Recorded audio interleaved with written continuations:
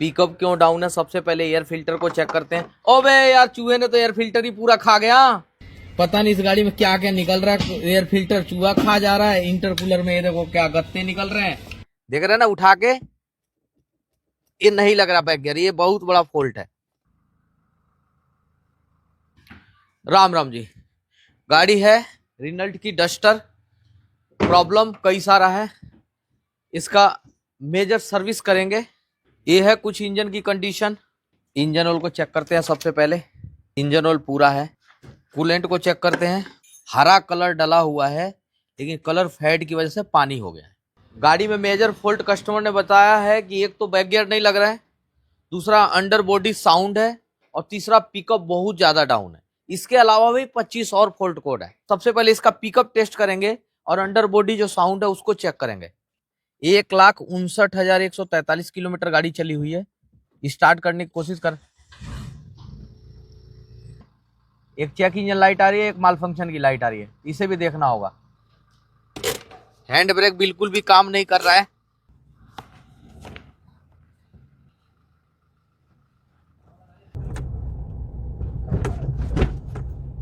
Sound है suspension के अंदर, ये बात है। यानी क्लच में भी प्रॉब्लम है इसके, क्लच भी खोलना पड़ेगा जरूर।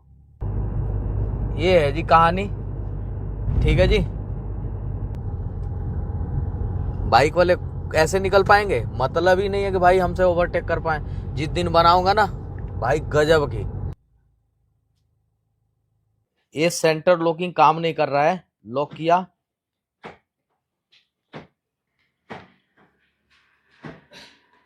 यानी वो काम कर रहा है लेकिन ये काम नहीं कर रहा है जी बिल्कुल भी। एसी प्रॉपर काम नहीं कर रहा है, एक चीज। दूसरा ये कि ये मोड कोई भी काम नहीं कर रहा है। ये जो मोड चेंज कर रहे हैं ना, ये मोड कोई भी काम ही नहीं कर रहा है, ये गड़बड़ी है। ये रूफ लैंप में पानी आता है अंदर से, अब पानी दिख भी रहा है, सीलन टाइप का है कि नहीं है। जो डैशबोर्ड में वार्निंग लाइट आ रही थी उसके लिए मैंने स्कैनर लगाया है, ऑटल का कार स्कैनर। अच्छा स्कैनर है ये भी। यदि इसको परचेज करना है तो 62 61 65 50 39 डिस्क्रिप्शन में नंबर दे दूंगा, जाके परचेज कर सकते हैं। चाहे कोई भी स्कैनर ले सकते हैं।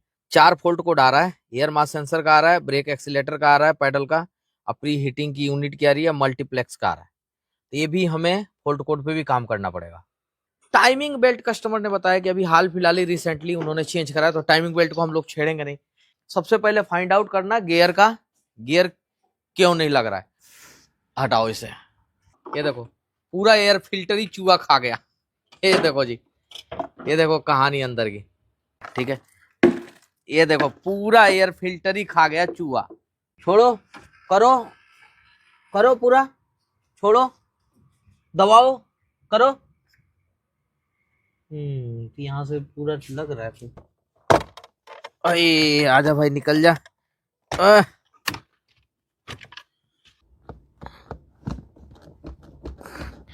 यानी कि ये भी अड़ भी नहीं रहा है यहाँ पे, यानी कि कहाँ से पंगा है यार।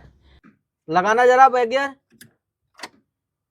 छोड़ो, लगाओ, छोड़ो, बैटरी लगाओ जरा। बैक गियर के शिफ्टर में प्रॉब्लम था अभी, पहला बैक, यानी कि अब लगने लगा है। स्टार्ट करके देखता हूं मैं।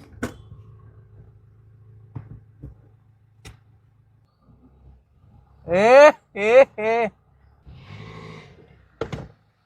तो यानी कि हमारा क्या है, बैक गियर काम करने लगा। अब इंजन फ्लश लेके आओ भाई। अब क्या करते हैं, डीप इंजन क्लीनिंग और डीप कार्बन क्लीनिंग दोनों करते हैं। इस गाड़ी को बढ़िया बनाएंगे। अभी खाली बैक गियर में लग रहे थे हम, 1-1.5 घंटा हो गया।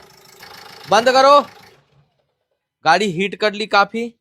मैं इंजन प्लस कौन सा मैं यूज करूंगा आज, इंजन प्लस टेक 2000 का इंजन प्लस मैं यूज करने वाला इसमें।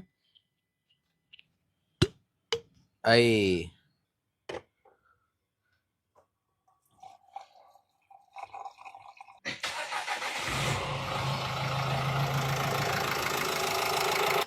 पुराने तेल में ऐड किया मैंने इंजन प्लस को। 10 मिनट स्टार्ट करके रखेंगे, फिर इंजन ऑयल खोलेंगे और ऑयल फिल्टर खोलेंगे। बंद करो। इंजन ऑयल ऑयल फिल्टर दोनों फटाक से नहीं खोलो।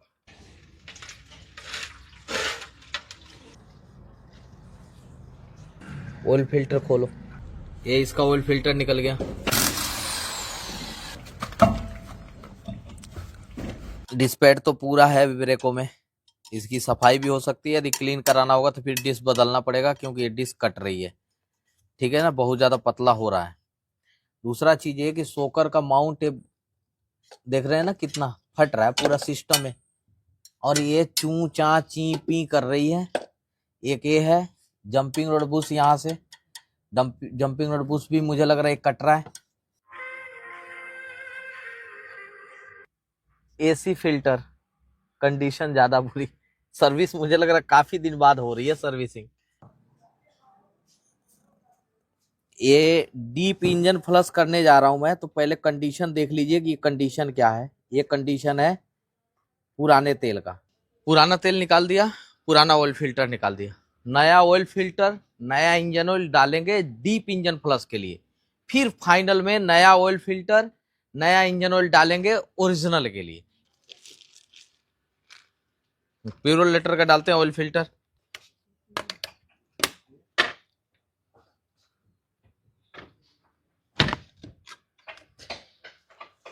क्या बंडा टाइट है भाई?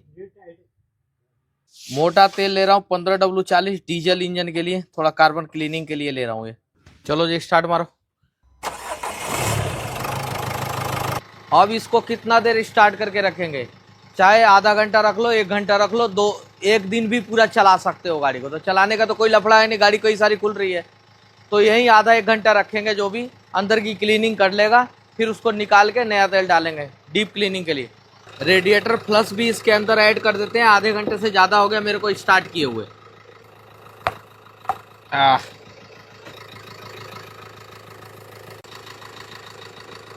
आधा घंटा तो हो ही गया, आधा 1 घंटा और सही, पूरा घूम जाएगा, थर्मोस्टेट खुल जाएगा, अच्छा से इंटरनली क्लीन भी हो जाएगा। बहुत सारा कचरा है यार, सब निकालना है मुझे, तो इसलिए मैंने फ्लश भी डाल दी। ये फैन में वायरिंग देख रहे हैं ना, ये वायरिंग को भी करना पड़ेगा, इसे नंगी तारें अच्छी होती नहीं है।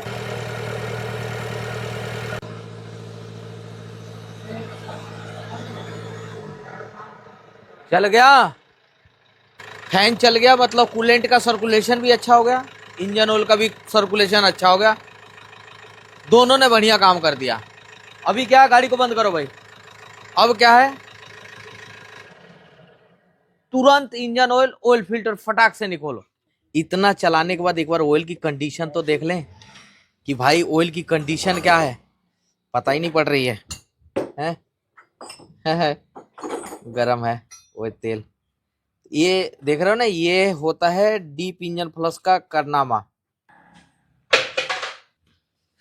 ऑयल की कहानी देख रहे हो ना, बदल गया सारा system, diesel engine petrol engine हो गया। तेरी यार आ जाओ। ये नया ऑयल फिल्टर हमने निकाल दिया। अब ये वाला रिनल्ट का 675 का ऑयल फिल्टर मैं जेनवन डालने वाला हूँ इस गाड़ी में। लो लगे हाथ, कसी दो भाई। हाँ हाँ, इधर रखो। पुराना ऑयल फिल्टर पुराना इंजन ऑयल, देख रहे हो ना, ये नया ऑयल फिल्टर नया इंजन ऑयल, यहाँ फर्क देख लो, फर्क देख रहे हो, दिख रहा है फर्क। डीप क्लीनिंग के बाद Castrol magnetic 5W30 engine oil डालने वाला हूं। सील दिखाओ, ठीक है। तेरी कितना हार्ड है मामला, चमड़ा टाइट है भाई। भाई सब इंजन के अंदर से बिल्कुल सेट मामला है पूरा। ऑयल भी बहुत बेहतरीन वाला है, कोशिश करता हूं जितना बेटर ऑयल डल सके गाड़ी के अंदर वो बढ़िया है। बहुत पतला सुराख है ना, इसलिए थोड़ा सा आधा लीटर के आसपास में बचा के एक बार चेक करूंगा क्या कहानी है। लाओ भाई गेज दो।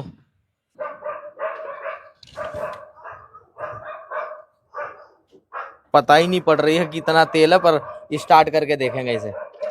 नया ऑयल फिल्टर इंजन ऑयल ये डल के हमारा इंजन से तो काम फाइनल हो गया। अब बाहरी सफाई है, कार्बन क्लीनिंग। अब EGR, intercooler, intake line, turbo की लाइन, रेडिएटर, सारे कुछ अब गियर पेयर सब कुछ खोल लेते हैं।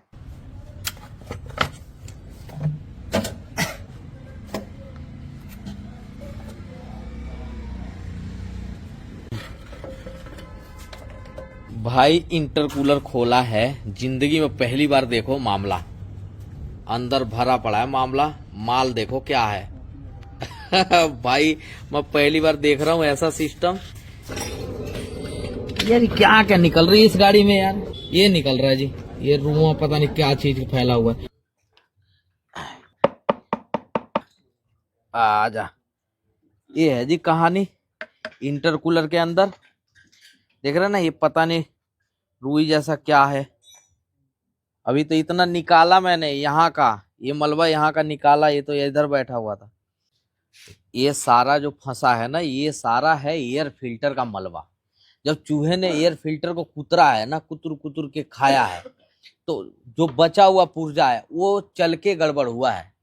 अब पूरा भर गया है, शुक्र मानो ये तो इंटरकूलर, नहीं तो इंजन में पूरा चला ही जाता, अब पूरा इंजन का नाश कर देता। वो तो खुल गया। एक कूलेंट निकला है, कूलेंट कम पानी ज्यादा, कूलेंट में भी मुझे लग रहा है एयर फिल्टर का आया वो निकल रहा, पता नहीं यार। यार निकाल दो, पत्ता बखेर लो इसके, बाप भाई साहब।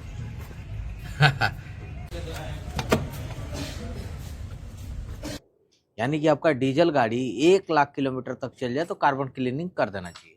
पेट्रोल कार में इतना कार्बन क्लीनिंग का मतलब ज्यादा मतलब नहीं रहता है, फिर भी कर देने से तो बढ़िया ही रहेगा। डीजल गाड़ी में मतलब 1 लाख के अप्रोक्स कर देना चाहिए। अब ये गाड़ी 1.5 लाख यानी 1,60,000 चल गई है गाड़ी, तो बहुत ज्यादा कार्बन डिपोजिट हो गया है। तो कहाँ कहाँ कार्बन क्लीन करना चाहिए?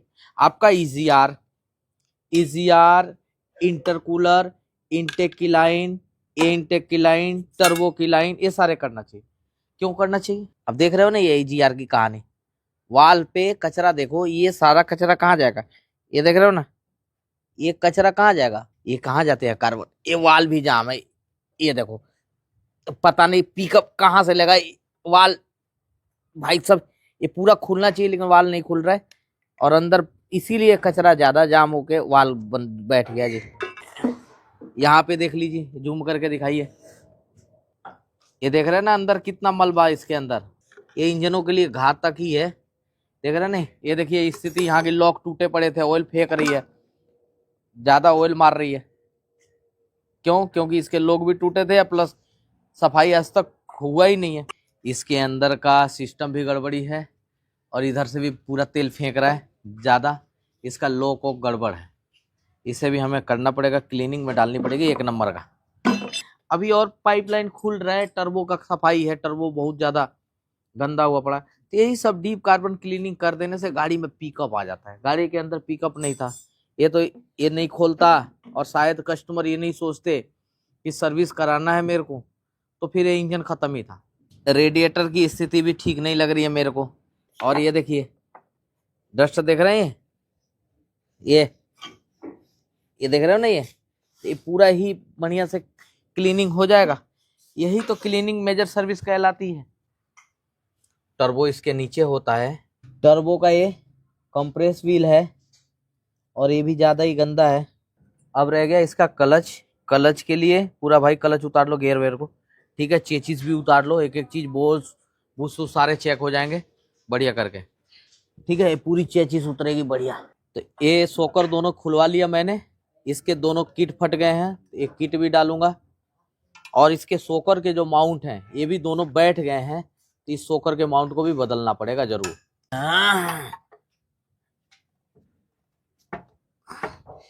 तो ये चेचिस भी उतरवा लिया है हमने, ठीक है, तो इसकी भी अच्छे से देख रहे हैं ना, एक कचरा देखो, डिस्क रूटर जो है ज्यादा कट रहा है, ठीक है, ये ज्यादा कट रहा है डिस्क रूटर, और ये भी ज्यादा कट रहा है, देख रहे हैं ना। पैड सही है लेकिन पैड हार्ड हो गए हैं, चमक रहे हैं ना, देख रहे हैं। यानी कि हमें क्या करना पड़ेगा, डिस्क रूटर को नया डालना पड़ेगा, और डिस्क पैड को नया डाल देंगे तो ज्यादा बेटर ब्रेक हो जाएगा। गियर बक्से को भी बहुत अच्छे से क्लीन करना पड़ेगा, अंदर बहुत ज्यादा गंदगी है, देख रहे हैं ना। ये तो ठीक है, इसका फेस क्लच प्लेट है, चूंकि 1.5 लाख चल गई है, 1,60,000, तो कस्टमर का कहना है कि भाई नया डाल दो इसको भी। और ये घिस भी गया है, काफी डाउन भी हो गया है। ये गंदगी तो साफ करूंगा, वो अलग बात है। ये देख रहे हैं ना लीकेज, यहाँ ऑयल की लीकेज, यानी कि ये सील की भी लास्ट टाइम चल रहा है। और सील को भी मैं बदल दूंगा यदि, तो फिर गाड़ी में मजा ही आ जाएगा। ये एरिया भी बढ़िया से क्लीनिंग मार दी, ठीक है जी। अब इसमें सील फिट करने जा रहे हैं। ये रिनल्ट की सारे पार्ट्स में जेन्युइन लेके आया हूँ, यानी ओरिजिनल पार्ट्स है। ये मेन ऑयल सील है, एक क्लच सेट है, ठीक है जी। प्रेशर प्लेट है, सेंटर का गुल्ला भी है। अरे हटाओ जी। एक क्लच बेयरिंग है, ठीक है।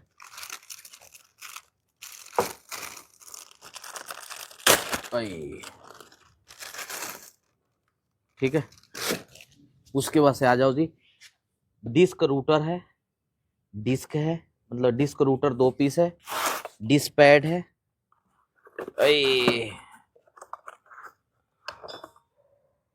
ठीक है, उसके बाद से आ जाओ जी। ये सोकर की किट है, ये भी सोकर के किट है, सोकर के माउंट है, सोकर के माउंट है।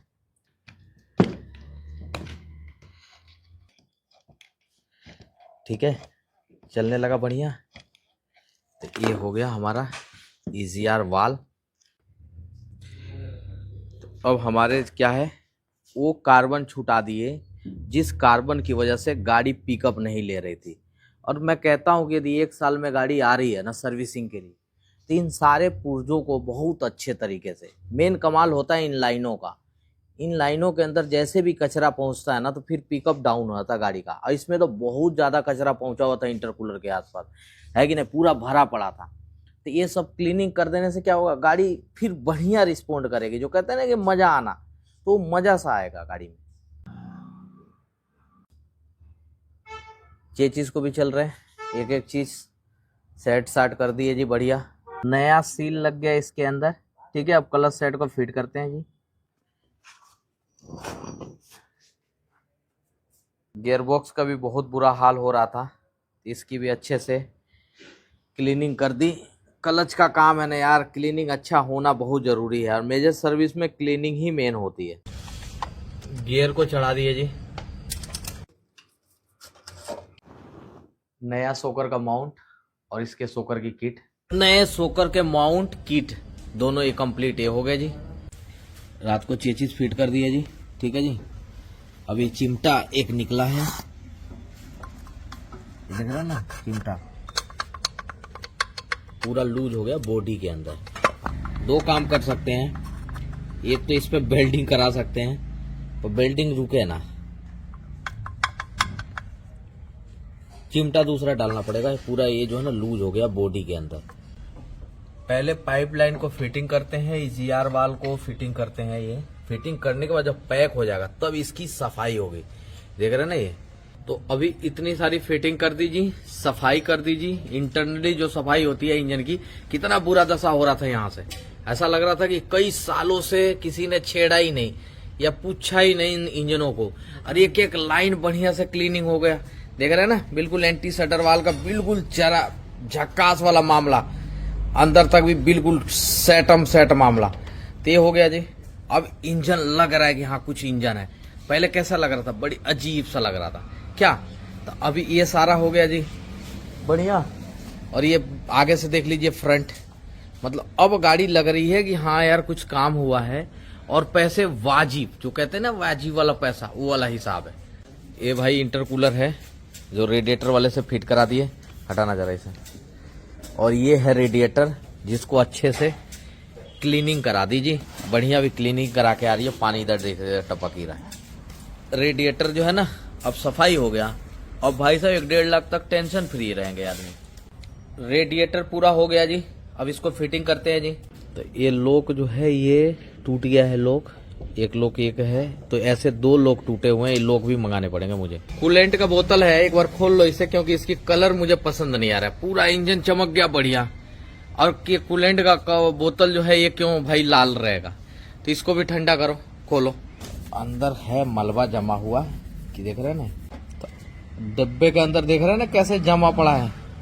इसीलिए मैं कह रहा हूँ ये डब्बा गुस्से में लाल नहीं है, मामला अंदर खराब है कि नहीं। इसे अच्छे से क्लीन करते हैं।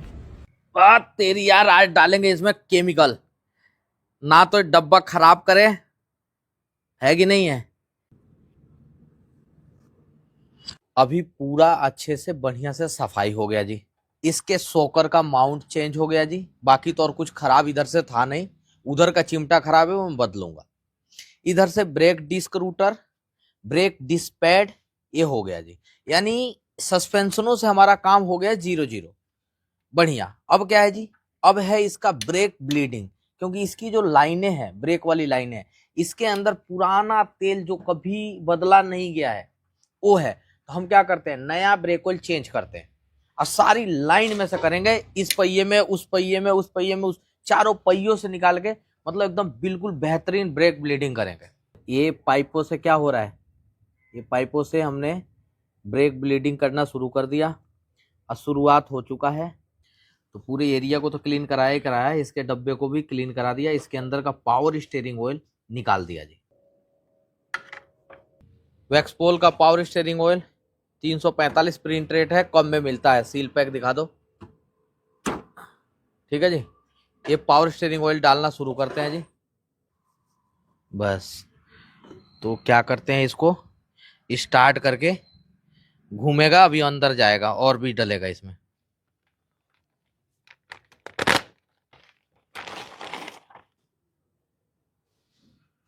माल ही परफॉर्म करना है, हमने नहीं करना है। हमने सिर्फ माल की फिटिंग करनी है। माल कौन सा डलेगा नहीं डलेगा आइडेंटिफाई करना है, फिर माल नहीं परफॉर्म करना है। नकली थूकला से वाला काम नहीं मजा देता, गाड़ी रिस्पॉन्ड नहीं करती है। और यही फिल्टर है जो चूहा खा गया था, पूरा फिल्टर है खा गया था। ऐसा कहाँ होता है यार, है कि नहीं है। रुक जाओ, एयर फिल्टर हमारा हो गया कंप्लीट। तेरी यार हटाओ इसे, तेरी यार निकल जा भाई। ये काउल टॉप की जाली खुल गई, बाहर से ही बस गंदी है, अंदर से तो ठीक ही ठाक लग रही है, सफाई लग रही है। फिर भी हम इसे खोले हैं तो थोड़ा बहुत क्लीन मार ही देते हैं। चलो बहुत बढ़िया करके डीजल डाल डाल के माजो इसे।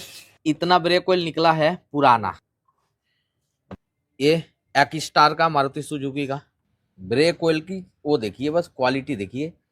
अब यहाँ फर्क दिखाए, दिखाओ, दिख रहा फर्क कितना डेड है मामला। अब ये देखिए यहाँ पे, अब ये लाइनों के अंदर क्या करेगा, बढ़िया वर्क करेगा, मॉइस्चर एब्जॉर्ब नहीं करेगा। ये क्या है, मॉइस्चर एब्जॉर्ब कर रहा है। और जब भी मॉइस्चर एब्जॉर्ब होगा इसके अंदर, तो मॉइस्चर क्या होगा, जब भी ब्रेक ऑयल ज्यादा ब्रेक यूज करेंगे तो मॉइस्चर हीट होता है, हीट होने के बाद से बबल क्रिएट करेगा। अब बबल जब ठंडा होगा तो एयर का रूप ले लेगा, वही एयर ब्रेक को फेल करता है, इसलिए इनको बदलना बहुत ज्यादा जरूरी हो जाता है।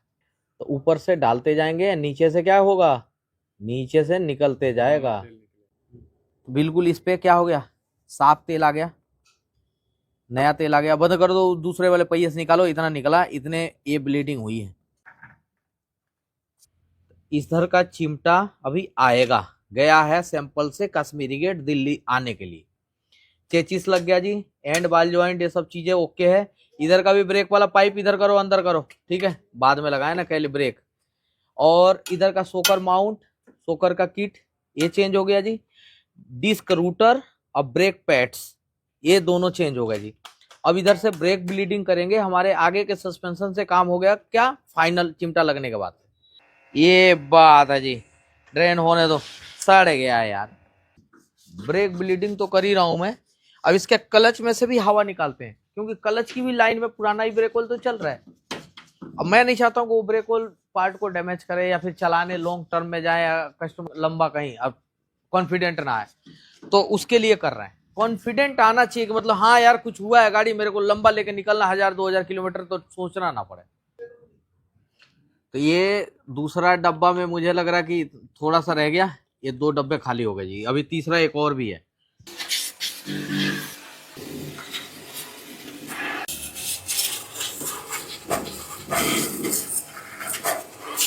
मारते चले जाओ।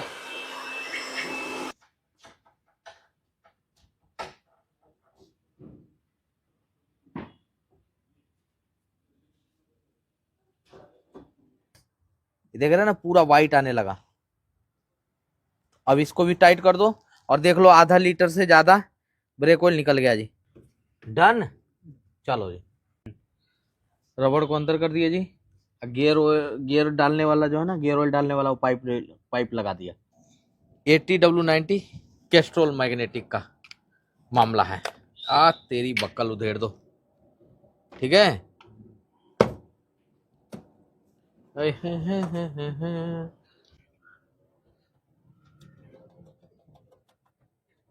गियर आपस में जो गियर की गरारियां है ना भाई साहब, स्मूथ चलेंगे। पहले बैक गियर लग भी नहीं रहा था इसमें, खट खट भी नहीं लग रहा था, बिल्कुल भी नहीं जा रहा था। जितना अच्छा तेल उतना बढ़िया रिस्पॉन्ड, इसलिए कहते हैं भाई ब्रांडेड चीज डालो। आखिर हम लोग भी तो ब्रांडेड यूज करते हैं अपने लिए यार इसीलिए तो यूज करते हैं, थोड़ा बढ़िया रिस्पॉन्ड करता है, अच्छा चलता है। आ गया, भर गया यानी कि इतना बच गया, मेरा तो पूरा डल गया। ये 150-200 ग्राम बच गया, ऊपर नीचे से भर गया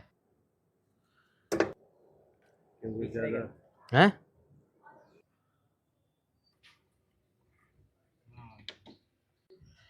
अब 4x4 डाल रहे हैं हम, क्योंकि पहले तो गियर ऑयल डाले थे। अभी 4x4 का जो डिफरेंशियल है उसमें डाल देते हैं। बैटरी में पानी कम था, पानी पूरा कर लिया जी, ठीक है। अब इसको लगा देते हैं। ये है डीजल फिल्टर जी, और इसे बदलने पड़ेंगे, ये फिक्स है जी। टायर लगा दो जी, और फिर पीछे का पहिया खोलो। अंदर अंदर देख रहे हैं ना, अब कचरा साफ किया पूरा। अंदर डाल सकते हो, कैमरा देख सकते हो पूरा, ठीक है। तो भाई साहब टाइम तो लगता है, लेकिन मामला सेट है जी। फिट करो जी।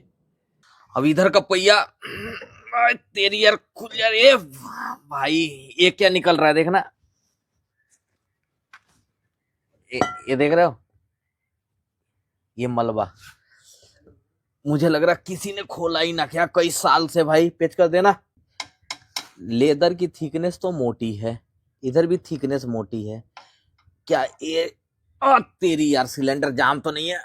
ये तो फ्री है, तो बस शुक्र है। ये देख रहे हैं ना, पेंट तक भी उखड़ के पूरा क्या दशा हुई पड़ी है। मतलब आप समझ सकते हैं इसको, क्या दशा हुई पड़ी है। तो अब इस एरिया को बहुत अच्छे से मजवाएंगे, बहुत ही बेहतरीन करके, और उधर का चेक करते हैं। अब भाई तेरी यार इधर की क्या कहानी है। मलबा तो इधर भी पड़ा हुआ है, ब्रेक शू इधर ही है, लेकिन ज्यादा बुरा हाल उधर का ही है। इधर का ये जाम है भाई, ये सिलेंडर इधर जाम है। समय के साथ जाम हो गया या क्या हो गया, सीज हो गया पूरा। इसको हम हो सकता है फ्री करें या फिर चेंज करेंगे इसको नया। अब इसकी सफाई जो होगी वो सिर्फ और सिर्फ पानी से धुलेगा, ना कि किसी केमिकल पेट्रोल डीजल से। सिर्फ पानी, सरफ से और हवा लगेगा। Castrol heavy duty coolant, organic acid technology based है।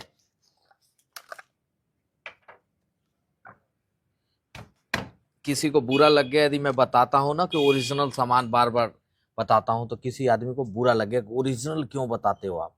इसलिए अब की बारी मैंने बताना ही बंद कर दिया कि भाई माल ओरिजिनल है कि नहीं है। हाँ जी, अरे टाइट है नीचे से मामला भाई।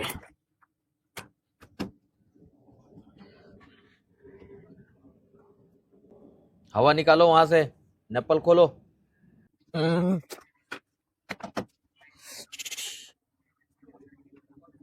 भाई साहब कूलेंट जो है ना मजा गाड़ देगा। महंगा तो है लेकिन आइटम भी है।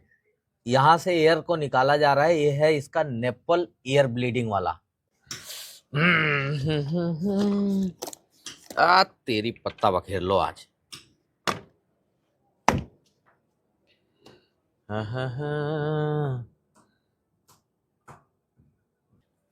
ये भाई आ गया मैक्स, गाड़ी को स्टार्ट करके डालेंगे। मैक्स से ऊपर हो गया, गाड़ी स्टार्ट करेंगे, इसे पूरा करेंगे जी। तो ये सेटल का, एरो का मार्का ऊपर साइड में, एयर फ्लो का नीचे। ये नया फिल्टर लगा देते हैं, पहले 10 आपने देखे होंगे। कन्नू लाला इसे लगाओ जरा। राइट की भी साफ सफाई कर लिया, लेकिन चूंकि क्या है कि इसके अंदर बहुत ज्यादा जंग लग रहा है, तो जंग तो हमने धो धा के साबुन से बहुत बढ़िया कर दिया। अब क्या स्प्रे पेंट कर देंगे ना, मजा आ जाएगा। तो ये राइट साइड से भी हमारा बिल्कुल क्या हो गया, झकास हो गया। अब इधर से ब्रेक शू फिट करते हैं, ब्रेक शू की क्लीनिंग, और इसका ड्रम भी देख सकते हैं, ये भी पेंट कर दूंगा मैं जरा सा। अब पूरा पहिया देख सकते हैं बहुत ही बेहतरीन करके। जो लोग टूटे थे ना, 3 लोग नए मंगा दिए, फिल्टर, सेटल और ये चिमटा।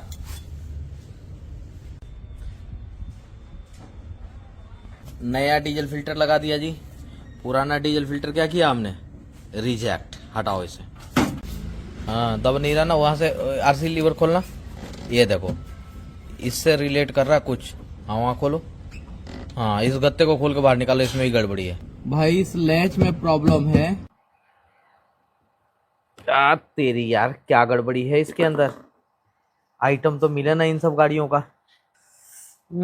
चालू हो जाएगा भाई, चालू हो जाएगा। स्प्रे लेके आओ, पहले इसकी क्लीनिंग, उसके बाद से इसकी ग्रीसिंग, इसके कार्बन को छुटाएंगे।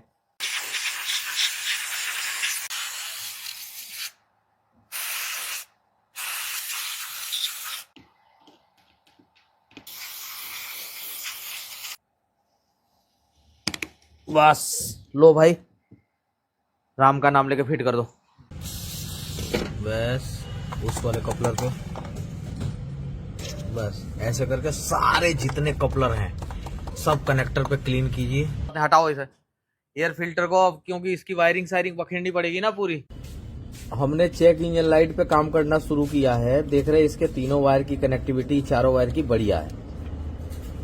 ठीक है जी, चारों वायर की कनेक्टिविटी बढ़िया है। पूरी वायरिंग चेक करिए, अब पूरी वायरिंग भी बिल्कुल ओके है। यही फॉल्ट के चक्कर में हमने वायरिंग सायरिंग पूरी बखेरी, वायरिंग में फॉल्ट मिला नहीं जी।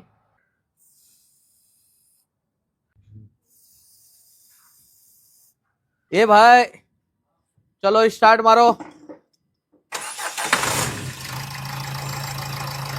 छूटते स्टार्ट हुई है।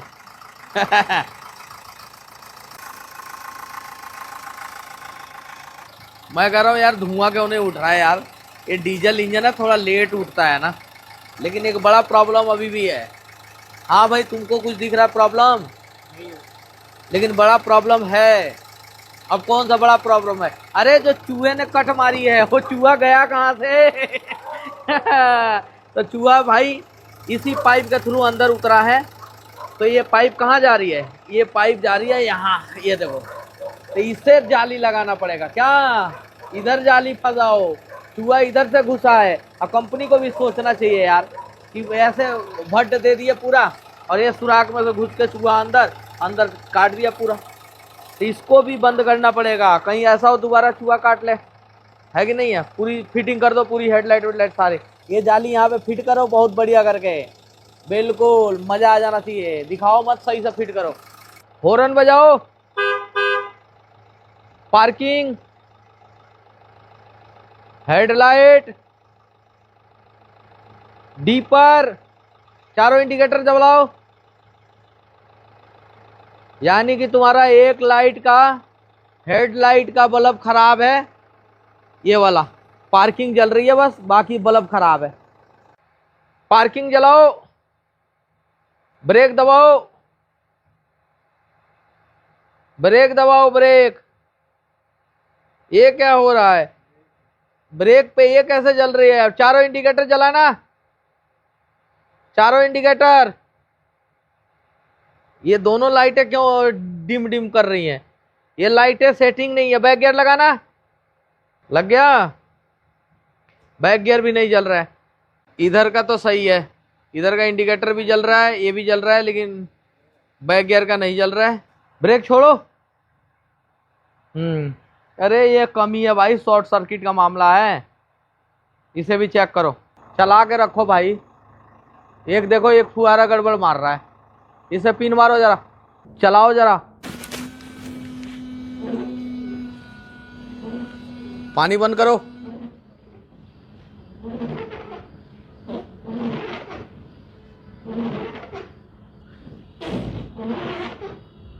सस्पेंशन से आवाज ज्यादा तो ये वाइपर कर रहा है। ठीक है, उधर से भी चेक करो सारे। और मजा आ गया जी, जाली लग गया जी। ठीक है जी, हेडलाइटों का काम चल रहा है अब। जाली फिट कर दी है जी, चूहा एंट्री बैन। ठीक है, दोनों तरफ काम करने लगा। चलो जी, अब क्या हो गया, ये हो गया जी। अब ये है कि रूफ लैंप में यहाँ पानी गिरता है, तो बाहर से बाल्टी से पानी डालो। कहाँ पे, अंटीना पे। यहाँ पे देखो लीकेज तो नहीं है इस अंटीना पे। हाँ रुक जाओ, रुको, अंदर कहाँ से पानी आ रहा है, गिराना एक बार और। बस बस 1 मिनट रुको। देख रहे हो ना पानी गिरा हुआ। कस्टमर यानी कोई भी प्रॉब्लम बता रहे तो गलत नहीं बताते हैं भाई, है कि नहीं। उनको फेस किए रहते हैं तभी प्रॉब्लम बताते हैं। दोनों वाइपर डाल दिया जी।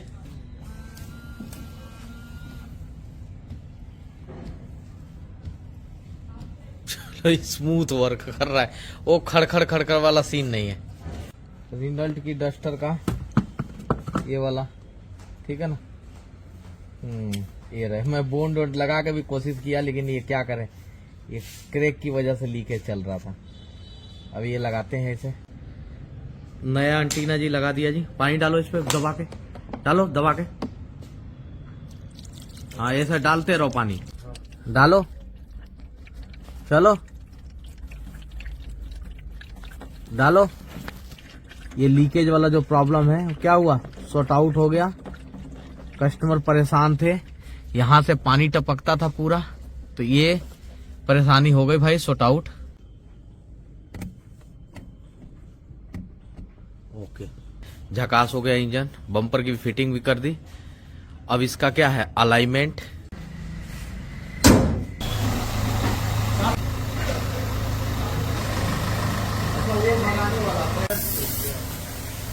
जैसे आपने गरम हुआ तो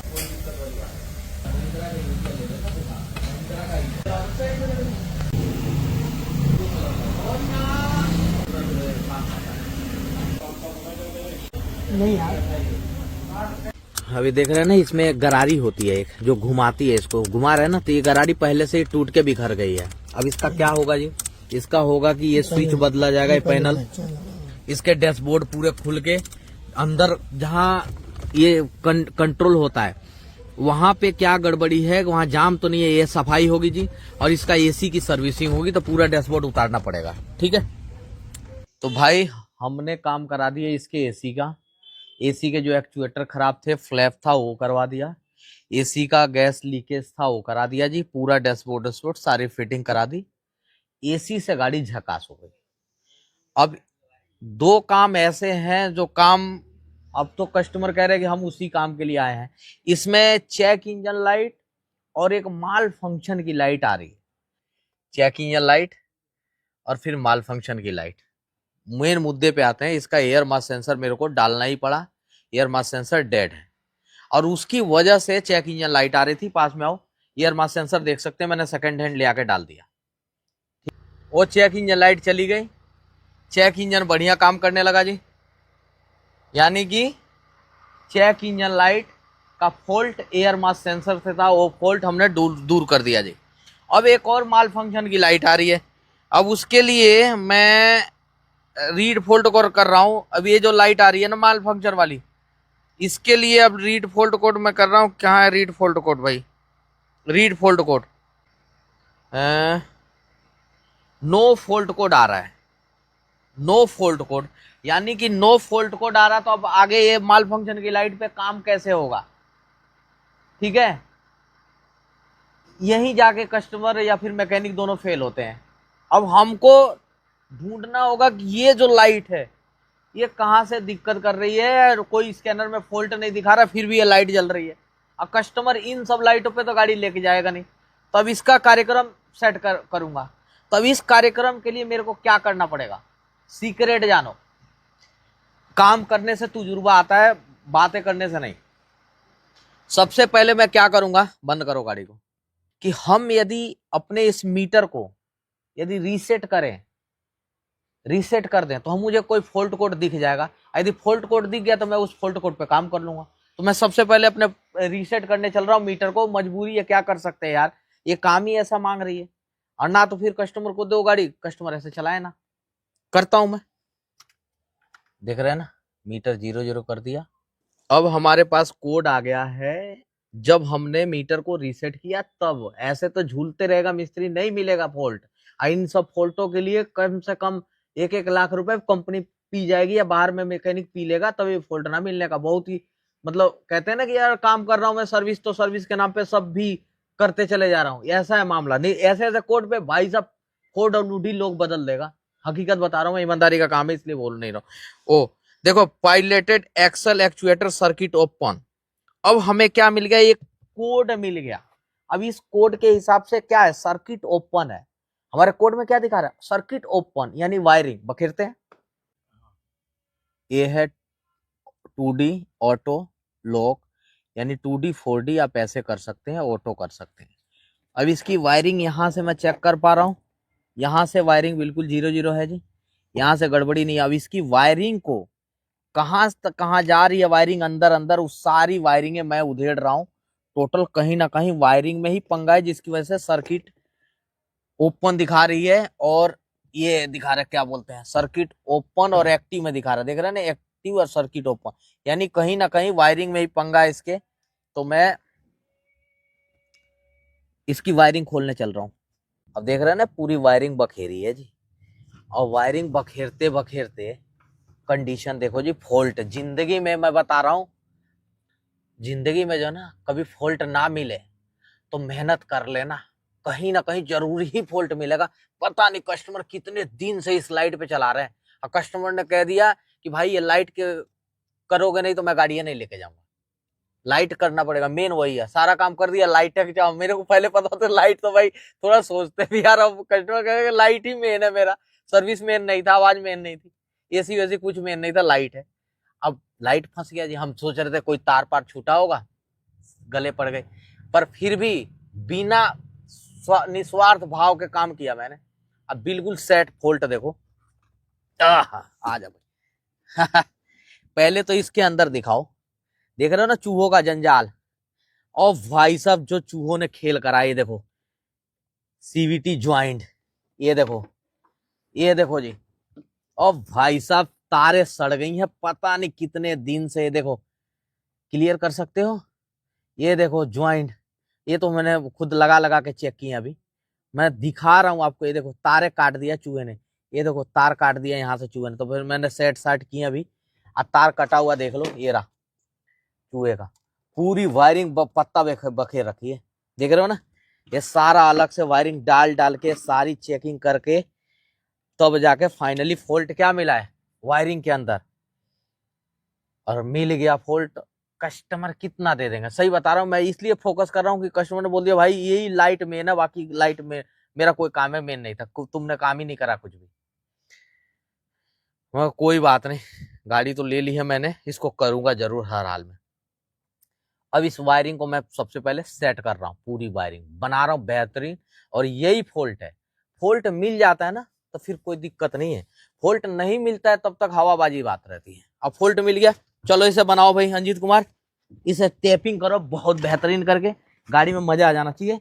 लाइट आ जाओ, दिखाता हूँ कौन सी लाइट है।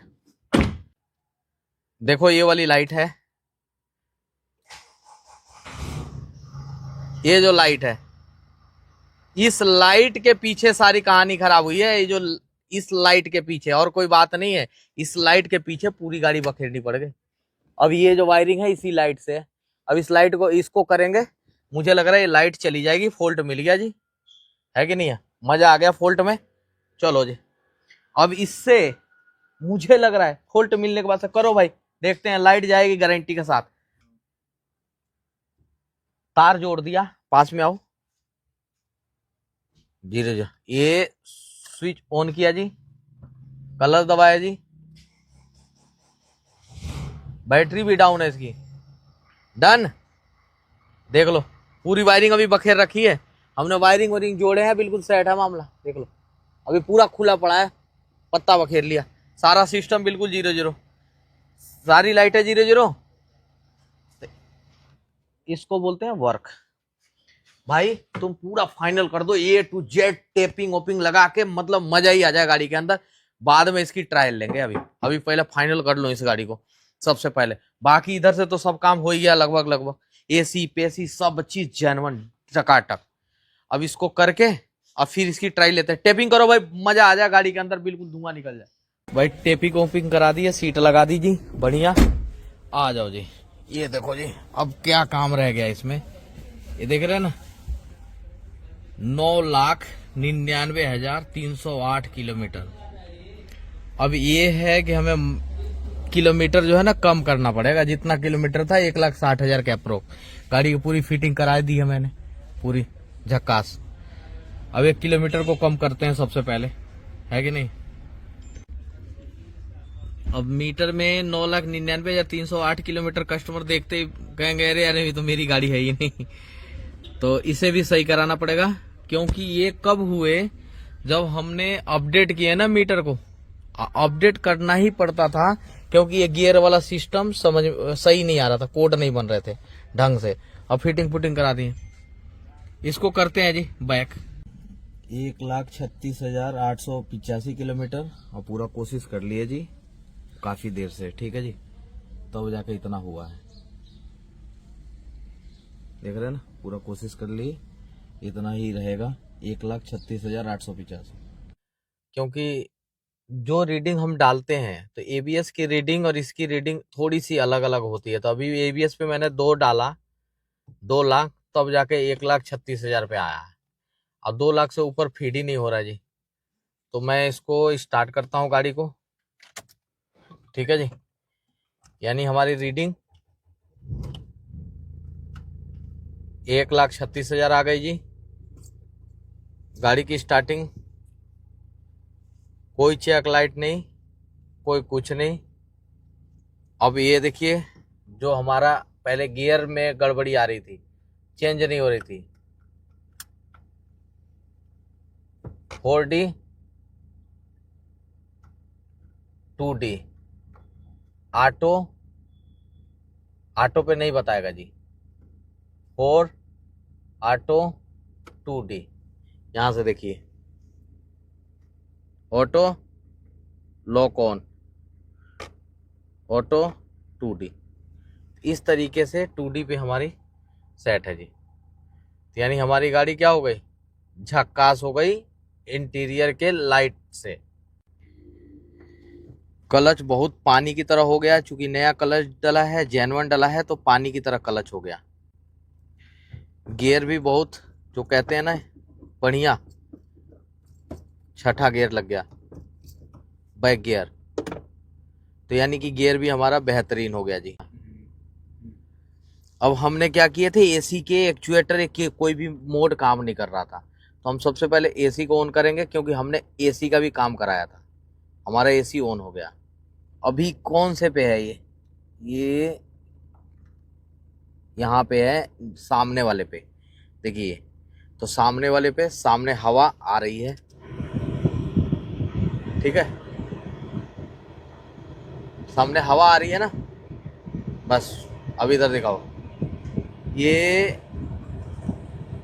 अब हमारा क्या है, हवा चेंज हो गया, पैरों में, नीचे पैरों में आने लगी और ऊपर भी आने लगी, लेकिन ऊपर कम हो गया जी हवा आना। अब देखो कहाँ गया, ये खाली पैरों में जाने लगी, यहाँ से हवा कम हो गया, देख लीजिए बिल्कुल भी हवा नहीं है। ये बिल्कुल सामने कर देते हैं, नहीं हवा जा रहा है। ये देखो, अभी यहीं पे रखो, मैं हवा चेंज कर रहा हूँ, ठीक है। पैरों में, पैर में जाने लगा जी हवा। अब यहाँ किया हुआ है, अरे रुक जा, कैसे कर रही है, ये किया हुआ है लेकिन नहीं जा रहा है। हमने स्पीड देख सकते हैं 4 पे ही है स्पीड, ठीक है। अब मोड देख लीजिए, पैरों में है, मोड काम करने लगा। अब देखो जी, ये देखो पैरों में और ऊपर, ऊपर हवा आ गया जी, विंडशील्ड पे काम करने लगा, ठीक है। चलो जी, अब देखो जी, अब ऊपर हवा आ गया, यानी कि ये देखो हाथ का देखो, रस्सी दिख रही है बस। तो यानी कि हमारा ये जो मोड है, ये हवा कम कर लो, आवाज ज्यादा कर रहा है। यानी कि हमारा ये जो मोड है बिल्कुल प्रॉपर तरीके से काम करने लगा। इंटीरियर 2D 4D काम करने लगा। एसी का प्रॉपर काम करने लगा जी। गियर लीवर बढ़िया हो गया जी हमारा। क्लच 1 नंबर का हो गया। ब्रेकों का काम बहुत मस्त हो गया जी। यहाँ से जो पानी टपक रहा था वो पानी टपकने का भी कहानी पूरा हो गई जी। तो अब क्या है जी, हमारा एसी का भी बहुत बेहतरीन करके काम हो गया जी। और गाड़ी में जितना काम था लगभग हमने सारे फाइनल कर दिए। वायरिंग से भी, हर चीज से भी मेहनत बहुत लगा है। शायद वीडियो में 2-4 मिनट में देखे होंगे, लेकिन एक एक को करने में 2-2 दिन 3-3 दिन लग जाते हैं। वायरिंगों को ढूंढने में बहुत ज्यादा दिन लग गए। अब लेते हैं इस गाड़ी का रोड टेस्ट। भाई साहब गोली देती हुई चल रही है।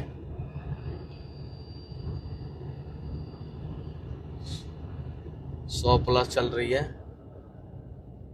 ब्रेकिंग जहां मार दिया ना, बहुत ही जेन्युइन ब्रेक डाली है इसमें। भाई साहब वहीं घसाक देनी रुक जाएगी, ऐसा है मामला। तेरी यार, तेरी यार हट जा। बहुत ही गजब का साउंड। रास्ते मिलते रहे ना, बात तेरी बखेरती चली जाएगी यार। भाई जिस तरीके की गाड़ी थी और जितनी प्रॉब्लम थी ना यार, स्वाद आ गया गाड़ी में यार सच में। कहते हैं ना गाड़ी में एक बेहतरीन स्वाद आना, तो भाई वो आ गया। और पिकअप भी शानदार। बस इसको अब क्या चाहिए, रोड चाहिए बस। बहुत ही अच्छी खासी हो गई। लाइटों ने जो ना बिल्कुल पिकअप को ऐसे मरोड़ रखा था। और गाड़ियां क्या है, डस्टर ये सब रिनल्ट की गाड़ियां, पार्ट अवेलेबिलिटी कम है इनकी। पार्ट जैसे तैसे ढूंढ के मंगाना पड़ता है, और वो भी बारीकी से काम किया। देखो बात तेरी, जो स्मूथनेस वर्क करने गाड़ी चलनी चाहिए ना, मूवमेंट अच्छा, वो मूवमेंट बढ़िया है। और रोड ही तो नहीं मिल रहा। देखो अब ब्रेक लेना पड़ रहा, मजबूरी है।